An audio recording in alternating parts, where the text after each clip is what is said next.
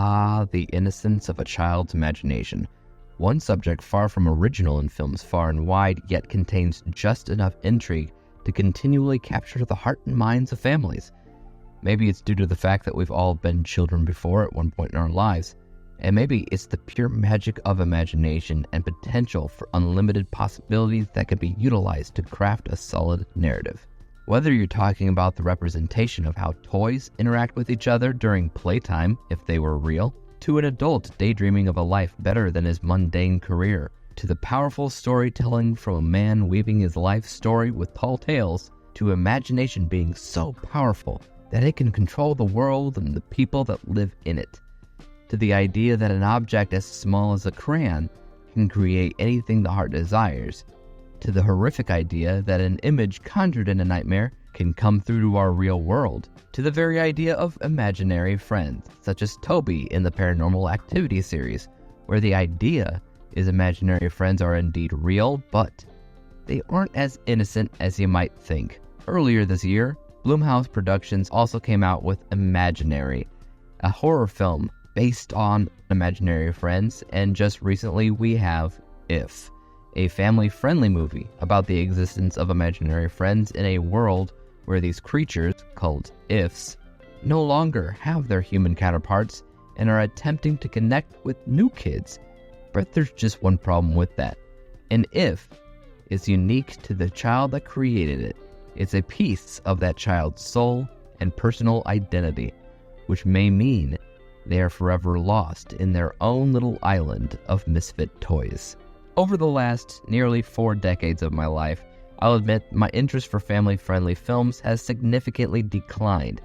Maybe because the quality of certain films also declined, or maybe because I have kids of my own, I've grown tired of seeing so many. One thing's for certain, upon given the option to watch any given family-friendly film, or literally anything else, I admit that I may often choose the latter. Case in point, I heard about this film. I knew it was in the theater, and then I knew it was available on digital, and yet my interest for the film never exceeded a shrug and a thought that maybe one day I'll see it. Had it not been for my kids, I wouldn't have seen it. Probably for years, if at all. But here we are. After checking out the film, I can say that one thing is for certain. It's cute. Past that, it's also fun and magical. That much I did expect, but I hadn't expected as much heart as the film has. With such comedic names such as John Krasinski, Steve Carell, Ryan Reynolds, and even Bobby Monahan at one point. Let's just say that I was pleasantly surprised to see them all have moments of warmth, which helped the atmosphere of If feel surprisingly well balanced. The animation was strong, even if I couldn't rationally explain some of the imaginary friends. A glass of water with ice in it? What kid is given a glass of ice water and starts imagining it as a living creature? Even the big purple character. Sure, it looks made up, which I suppose you want from an imaginary character, but what kind of lapse in imagination must a child have in order to come up with nothing but a random amorphic-shaped blob as a friend? As per usual with kid films, I guess we should just look past these logical flaws in support of the cuteness and magical fun surrounding these characters as a whole.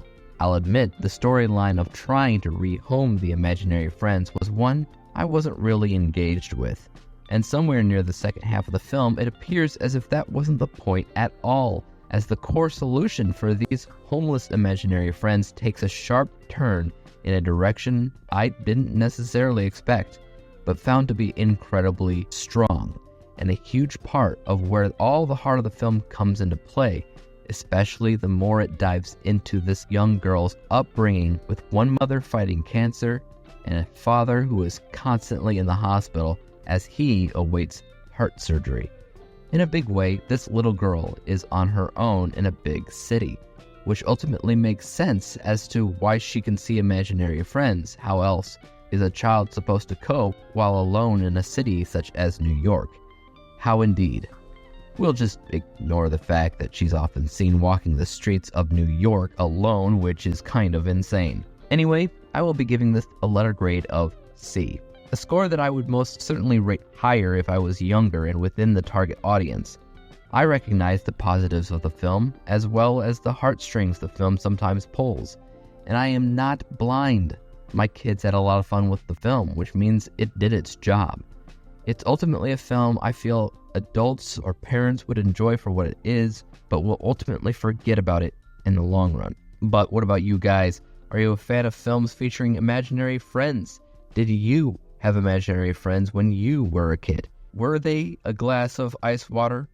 Let me know, and as for YouTube, you guys know what to do. Hit the like, subscribe button, and bell to be notified when I come out with my next review. But until then, peace out.